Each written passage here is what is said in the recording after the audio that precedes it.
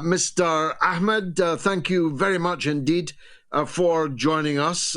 Start by giving us your top 3 or 4 statements of dubious credibility, right through to the outright hoaxes that you have managed to expose over this last period.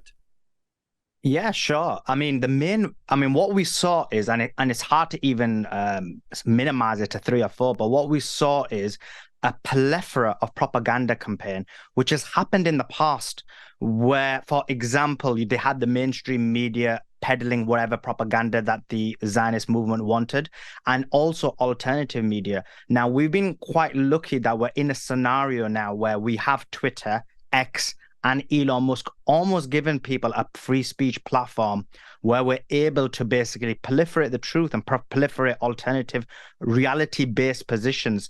And despite the fact that Elon Musk does engage with a lot of Zionist accounts and them trying their best to censor people like myself and others who are debunking these, he's not kowtowed to their demands, so I give him a huge amount of credit for that. Now, the biggest hoaxes are, first of all, we started with the 40 beheaded baby story. The claim was immediately after Hamas did what they did, that they basically beheaded 40 babies. And the reason why they did that was because they wanted to use that in order to basically genocide the entirety of Gaza. Because what can be more horrific than the beheading of 40 babies? And then what happened was, you had a scenario where basically the reporter that initially, and I did write a thread on this, but basically a reporter that initially claimed it backtracked. A second reporter who claimed it deleted her tweet. And basically the Israeli army had told alternative media, so it was a Turkish news channel and various others, that they'd never seen any beheaded babies. And one of the main sources that was reporting about it was, for example, I-24 News, which is a Netanyahu-run channel and has connections. The Egyptian owner of it has connections to Netanyahu. And so when I investigated it, all roads led back to Netanyahu, and he was the only person who propagated this. And then you saw over time them starting to backtrack. They had the president of the United States firstly claiming that he saw it and then immediately backtracking from it. You saw CNN claiming that they'd seen it and then immediately backtracking from it. And so finally now the IDF are basically claiming, and on Twitter Spaces as well as in terms of tweets, that, why are you asking for 40 beheaded babies? Even a baby dying is bad enough. But then we've just recently had a Haaretz report, which is an Israeli newspaper, that has given figures of the first 670 people who have died from the Israeli side, and 0 are babies at the moment. Now, obviously, now that we've all made or highlighted it, I'm guessing they'll start increasing that number from 0, but at the moment it's 0. So this is the level of propaganda that was caused, and we were only able to debunk it because of Twitter and X, and because we had a free speech platform. The second major one was the hospital bombing, and it was a bombing of a hospital, of the Baptist hospital. It's a Christian hospital, and it basically had 400 patients and 12,000 people, because a lot of people went to seek refuge in there. So some people were inside the hospital and some people were outside the courtyard of the hospital. Now, this regime is used to bombing hospitals. They're used to bombing schools. They're used to bombing places of worship, such as the church that they bombed just recently, where the former libertarian congressman's family passed away. They initially claimed that didn't even happen. And so you had a scenario where they did it. And remember, 2 days before, they had warned, multiple times they had warned this hospital that they were going to bomb it. And 2 days before, they'd actually bombed it, causing damage and injuries. And then the administrator of the hospital came out on Facebook and made a plea, please stop bombing our hospital. And then a further post saying, look, this is our location, please give us sanctuary, stop bombing us. We have patients, we have people injured, we cannot basically relocate them. But they didn't care, and they bombed it. And for them, it's just normal. Bombing hospitals is normal. But the difference here was there was an outrage. And so because there was an outrage, that's when their decision-making changed, because initially the spokesperson, or Israeli spokesman, digital spokesperson, Netanyahu's own man said, confirmed that they'd bombed the hospital, but then immediately they start backtracking. And what they did was, because what happens with the Israelis is they've got intelligence people working on throughout various aspects. So they pay people on the bottom level. So people are paid for posts through various outlets such as Influenceable, through Prager University. And then people are paid for posts. But then you have these Zionist-linked people or intelligence-linked people. So as an example, the main person they used to claim that it wasn't Israel was an OSINT account, OSINT Intel. And that account is actually linked to intelligence. It's CIA intelligence. So again, you see where all of this alleged debunking comes. But then luckily we all came along, as well as Al Jazeera, as well as Channel 4, to give them credit on this specific one, who demonstrated unequivocally based on location, trajectory, sound, and the fact that I believe was an airburst that was used, that it was basically Israel who, without a shadow of a doubt, or unequivocally, obviously you can never have certainty, but almost certain that they did it. So they were the two main debunkings that occurred. Yeah, let's examine one of them, the most significant one. The 40 beheaded babies belongs in the annals of blood libels with the gravest of consequences. And this was repeated by some of the most powerful people in politics and some of the most powerful people in media. Andrew Neil, formerly a friend of mine, repeated it ad nauseum with the weasel words, "It's increasingly likely that it's true." I had to block him, so I don't know if he has ever acknowledged that it is increasingly likely that it was fake, because I couldn't, as Elvis Costello might put it, I had to turn out the big light. I couldn't bear to see him this way. Joe Biden himself said that he had seen pictures of these 40 beheaded babies, only for his officials within minutes to brief everyone that actually he hadn't seen it, but that Netanyahu had told him that it was true. I'll tell you why they did that, Mr. Ahmed. They did it because they knew that they were in the process of and intensifying the beheading of far more than 40 babies themselves. Because if your head is blown off by a rocket or a bomb that rocketed your house or your hospital or your church or your mosque or your marketplace or your street, you are a beheaded baby. And they knew that they were doing so and would be doing so. And so they got their retaliation in first. Isn't that right? Yeah, I completely agree. I mean, we've seen multiple images, videos of thousands of, well, we've seen multiple videos of children actually having being beheaded from Gaza. But in addition to that, as you've quite clearly stated, and I completely agree with it, we've got thousands of children who've died in Gaza. And this just gives them carte blanche to continue this genocide. But I do believe that if this had not been debunked, if this had not been proven to be a fraud, and this was done on social media, what would have happened was this would have given them carte blanche to complete a much more significant massacre, genocide. So this was almost a form of saving those people where they have been genocided, but not to the same extent. Like they would have just completely destroyed Gaza. Well, I mean, if someone had beheaded 40 babies from the Palestinian side, it would have been one of the most monumental crimes, almost unimaginable, indescribable, and utterly condemnable in this life and in the next life. Lying about it, inventing it, is a pretty big sin itself, isn't it?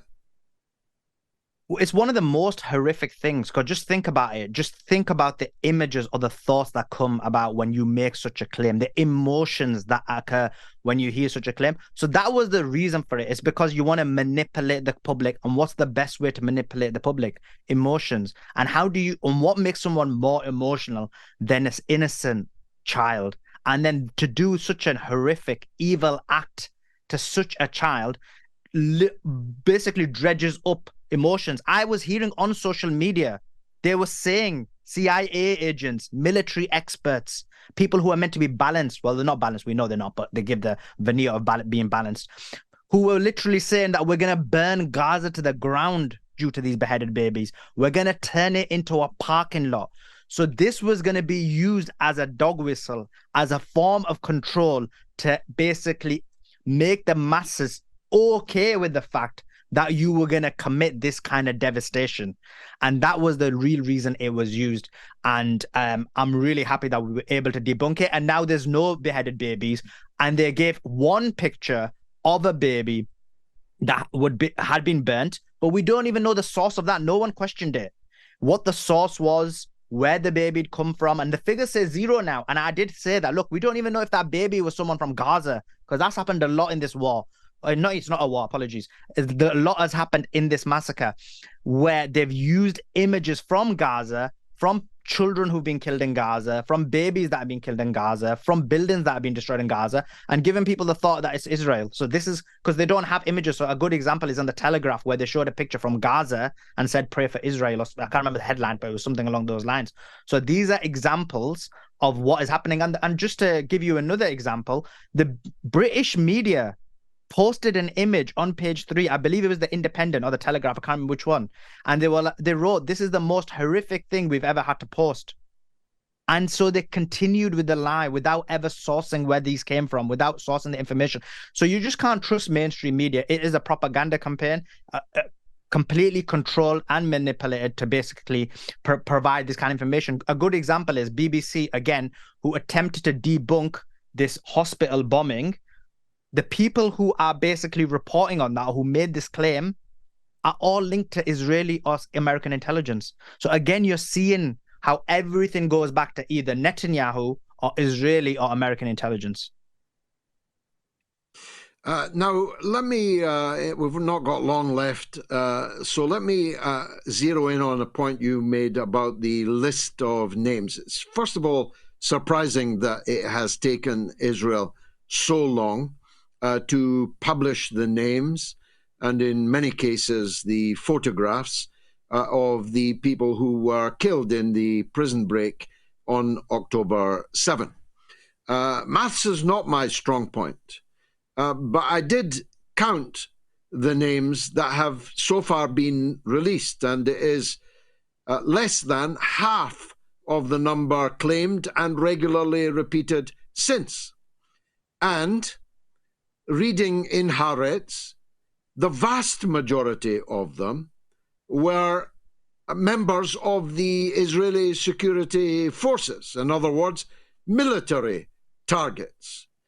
The fact that there has not been a single child yet named is of, well, curiosity, at least to me. I'm perfectly willing to believe, and indeed denounced on my first show after October 7th, I'm perfectly willing to believe that there were non-military women killed in that prison break, and that there were children killed in that prison break. And I condemned them then and condemn them again now as not just crimes, but also crimes in Islam. It is forbidden in Islam to kill the women and children of your adversary. Indeed, it's forbidden even to damage their trees willfully.